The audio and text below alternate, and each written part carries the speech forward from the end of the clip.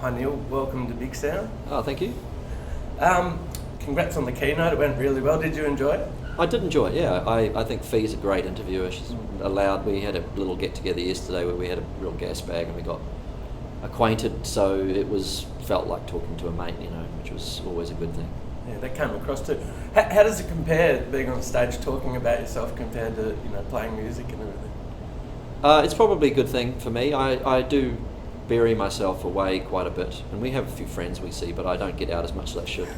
So it's quite good to go and explain yourself every now and again, I think. I mean, I do a round of interviews every time I put a record out, so in some ways it's the same. It's similar. This is different because it's more in an open forum where people are in the room. You, I think, maybe tend to cut through a little bit of indulgence, or hopefully anyway it wasn't overly indulgent. It was more focused on what might be interesting for a group of people. I think it keeps you honest.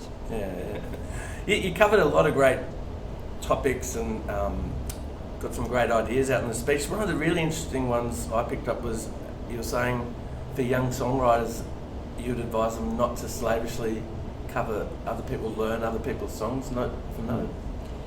Well, I think that I do think that's really important, and for guitar players or for drummers or whatever.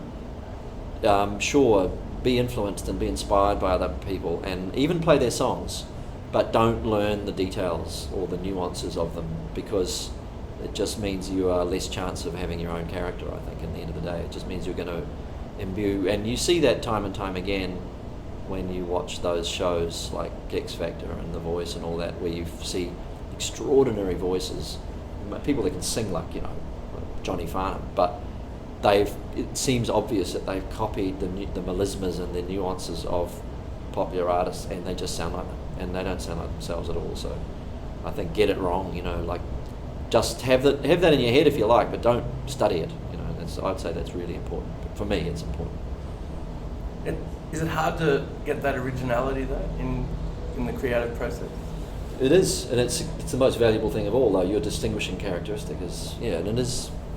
It's hard anyway, even to be original to yourself. It's hard because you get certain things that you do yourself, you can keep doing, and that might not sound like anybody else, but it just sounds like you're repeating yourself. So to be original to yourself is really important as well. Keep finding new angles in what you do.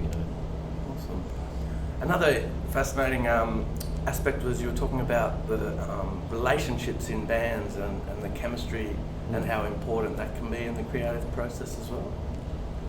Yeah, it is. I mean, I'm a great believer in bands, and I've been in two, I think, for my mind, two great bands, and super lucky to have had that experience. I've also had experiences as a solo artist where I've had great collaborators, so it's harder when people are coming in and they're doing your bidding as a solo artist. You don't get the same. You have to work harder, I think. When a band, everyone gets sort of one way or another, even if it's not equal. Everyone kind of has the ability to be able to say that's rubbish. I don't like that. Why would we be doing that? Or that is a really valuable thing for any artist, because when you're surrounded by your own ideas, you can become convinced that your perspective on every aspect of your record making is the right one. But in fact, as soon as you allow someone else's perspective to influence the proceedings, your record becomes more, it has openings, it has cracks in it which people can see light through. I think it opens them up. Does the creative process, writing a song, get easier with experience? Like the more you go through it and learn these little, lessons along the way? I think you have moments where you make a lot of progress for a period, and you feel like you're getting better, and then you hit the wall, and then in some ways it's a deeper ravine that you face at that point than anything you've ever known before.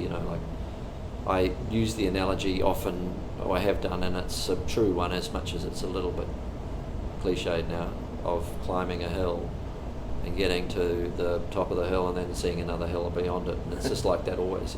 So you can admire the view from your little peak for a while and enjoy the feeling of having got there, but then that it's not the last one, unless you're Edmund Hillary, who gets to the topmost mountain. And just finally, you're here for tonight. Are you going to get out amongst it and see any bands? I'm thinking I will. Yeah, I haven't really made a plan. I've got a dinner with some people on tonight, and if we've got the energy after that, I'll be off and see a few things for sure. Fantastic. Well, thanks so much, Neil, for All having right. a chat today to the Cheers. music, and congrats Nice on one. your keynote. Thanks, mate. Cheers.